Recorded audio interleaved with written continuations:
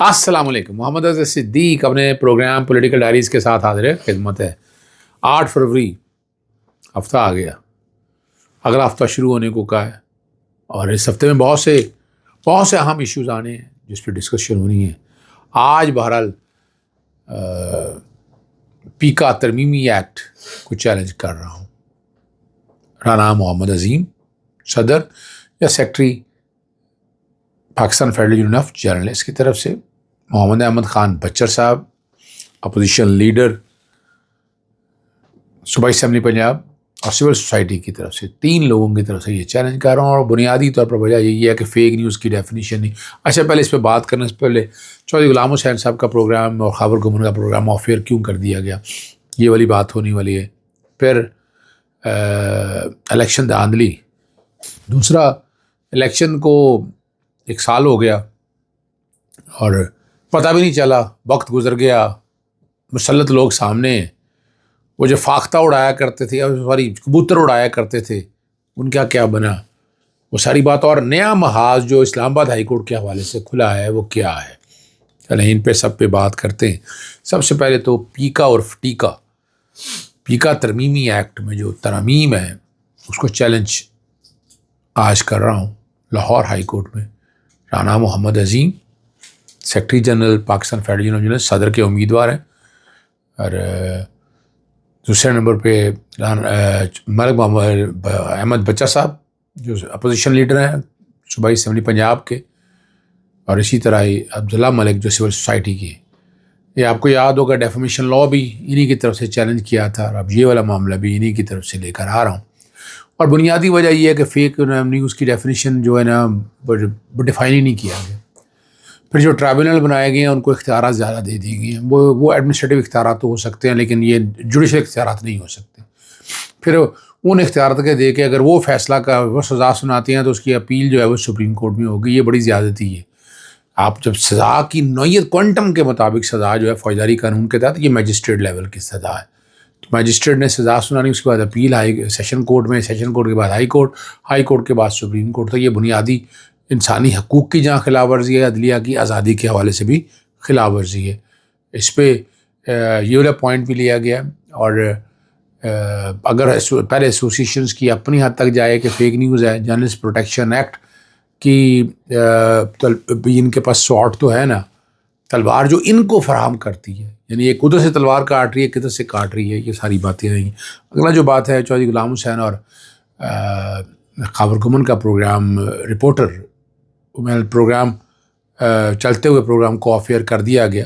اور تفصیلات کے مطابق یہی آیا ہے کہ پروگرام پر فارم 45 اور 47 کے حوالے سے بڑی ڈیٹیل میں دھاندلی غالباً ثبوتوں کے ساتھ ڈسکس ہونی تھی، لیکن مگر یہ پروگرام آف ایئر کر دیا گیا. اب اس کی وجوہات چودھری غلام حسین سے میری بات تو نہیں ہو سکی.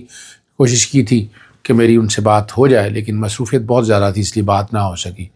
اب یہ جو بات سمجھ میں آتی ہے کہ فارم 45 تو کہانی تو پرانی ہے نا، یہ ابھی بھی تازہ ترین ہے. 1 سال ہوا ہے، سب نے دیکھا. ہم نے 45 میں پاکستان تحریک انصاف جیتی ہوئی تھی، لیکن 47 فارم میں وہ رزلٹ ہی بدل دیے گئے. پھر آپ کو بھی پتہ ہے کیا ہوا جب اس کو الیکشن ٹرائبونل میں چیلنج کیا گیا، یہ بھی آپ کے سامنے موجود ہے.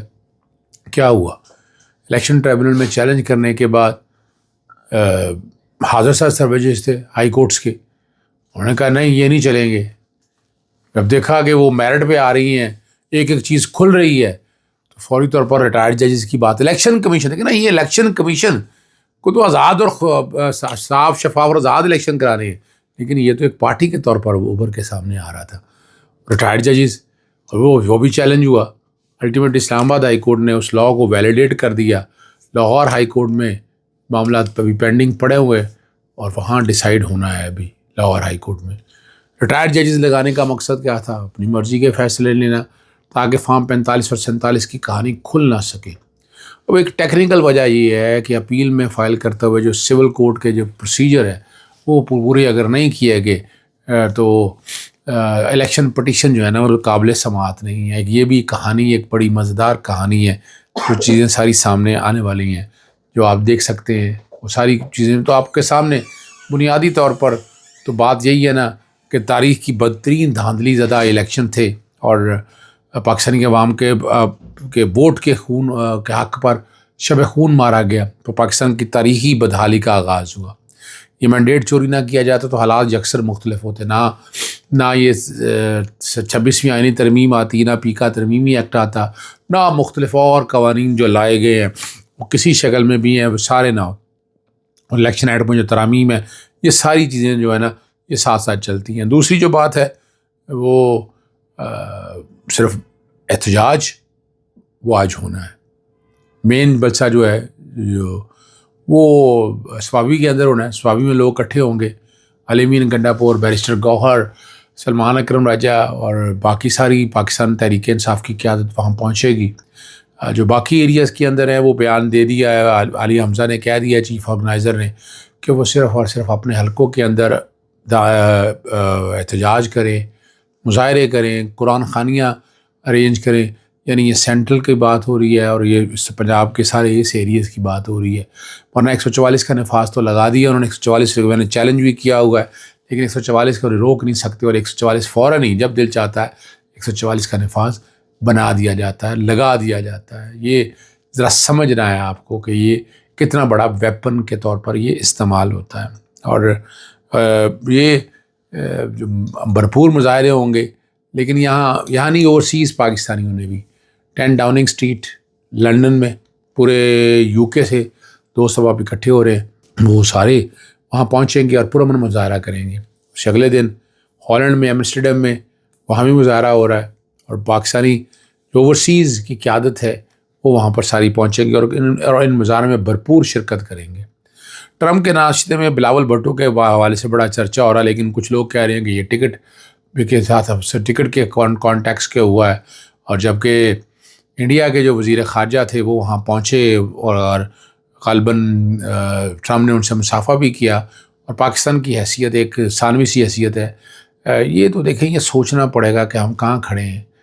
ہم انڈیا ہم سے کہاں آگے نکل گیا اور ہم یہاں کے یہاں کھڑے ہیں. ہم ٹکٹوں کی سیاست میں لے کر آگے ہیں اور لیکن کیا یہ ٹکٹوں کی سیاست ٹھیک ہے؟ کیا اس سے حالات بہتر ہوں گے؟ یہ سمجھنے کی بات ہے. اسلام آباد کے جو 3 ججز جو ٹرانسفر کی ہے سپریم کورٹ کے 4 ججز کے خط نے آئینی طور پر تو جو ٹرانسفر کر رہے ہیں جج اس کی کوئی مدت ہونی چاہیے، مستقل یا اوپن اینڈڈ نہیں ہو سکتی اور جس کا نوٹیفیکیشن میں ذکر یہ بادی نظر میں شبہات جنم لیتے ہیں اور کسی وقت بھی واپس لیا جا سکتا ہے. اسی لیے کسی مخصوص وقت کے لیے ہونی چاہیے. عدلیہ کی ذاتی پر اثرات ہوں گے. ایک ہائی کورٹ سے دوسرے ہائی کورٹ جج ٹرانسفر حلف اٹھانا ہے، اگر حلف نہیں لیتا تو اس کی جج سینیارٹی پر اثرات ہوں گے اور بادی نظر میں سینیارٹی ہائی کورٹ ججز کے بعد ہوگی. یہ حلف نہ لینا بھی ٹرانسفر کی تعیناتی پر سوال اٹھائے جاتے ہیں. یہ پوائنٹر سارے ساتھ ساتھ آپ کے سامنے بتاتے جاتے ہیں. حکومت خیبر پختونخوا نے جو روحانی پیشوا ہیں پرنس کریم آغا خان افسوسناک انتقال پر افسوس کا اظہار کرتے ہوئے 8 فروری کو قومی سوگ کا اعلان کر دیا. وزیر اعلیٰ علی امین گنڈاپور کی ہدایت پر جاری کردہ نوٹیفیکیشن پر قومی پرچم جو ہے وہ سرنگو رہے گا اور مرحوم کی خدمات کو بڑا سراہا گیا ہے. اور ایک بات جو بڑی زبردست کرنے والی ہے کہ وہ کیا پاکستان تحریک انصاف کا جو جلسے جلوس ہوں گے اس کو کوریج دی جائے گی. اب تو دیکھیں کیمرہ تو آپ کے ہاتھ میں ہے ہی نہیں. کیمرہ جو مرضی کرے، سیاہ کرے، سفید کرے، وہ اپنی جگہ پر کیے جا رہا ہے. کوئی رکنے والا نہیں. کوئی روکنا تو ہے نا.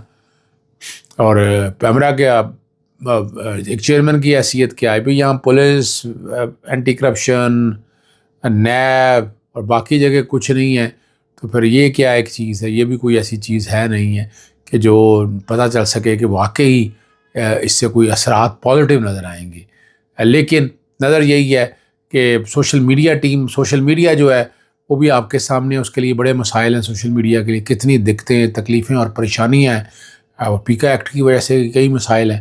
تو آپ کا نیشنل میڈیا جو ہے وہ جب وہ کنٹرول میں ہے، خبر آرٹیکل 19 اور 19 کی خلاف ورزی ہے اور جس طرح حالات چل رہے ہیں وہ سارے سامنے ہیں. اور یہاں جو بات اب آخر میں کرتے ہوئے میں ایک بات کرتا چلوں. نواز شریف یاد ہے پچھلے سال سے مراد 2000 بات ہو رہی ہے 23 کی. 24 میں تو الیکشن ہوئے نا.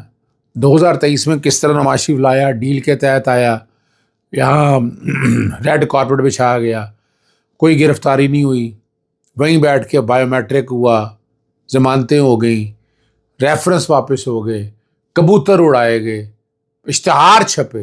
اور ایک بات بتا دوں میں آپ کو، نواز شریف آج کل ملاقاتیں کیوں کر رہا ہے؟ یہ دیکھ لیا کہ اب عوام کے اندر انگیج کرنے کے بعد اب جو ہے کہ نواز شریف بتانے سروائیور کے طور پر کہ میں آ رہا ہوں، اور ایک طبقہ یہی کہہ رہا ہے کہ نواز شریف بطور وزیر اعظم آئیں گے۔ اب یہ بات صحیح ہے یا درست ہے، لیکن نواز شریف کا ممبر پارلیمنٹیرین سے مریم صفدر کی موجودگی میں، رانا ثناء اللہ اور پرویز رشید کی موجودگی میں یہ تو بتاتا ہے کہ کچھ ہونے جا رہا ہے۔ اب وہ کیا ہونے جا رہا ہے وہ اب تک اندازہ ہو جائے گا۔ نواز شریف لگتا ہے سیاست میں واپس اس طرح آنا چاہتا ہے، اور اب پتہ نہیں گناہ صاف کرانا چاہتا ہے یا کیا معاملات کو دیکھنا چاہتا ہے، یہ دیکھنے والی بات ہے۔ اور اگر نواز شریف سیاست میں آئے گا تو اسے پھر جمہوری روایات زندہ رکھنی ہوگی، وہ پتہ نہیں جمہوری روایات زندہ رکھ پاتا ہے یا نہیں۔ اجازت چاہتا ہوں، السلام علیکم، اللہ حافظ، پاکستان زندہ باد۔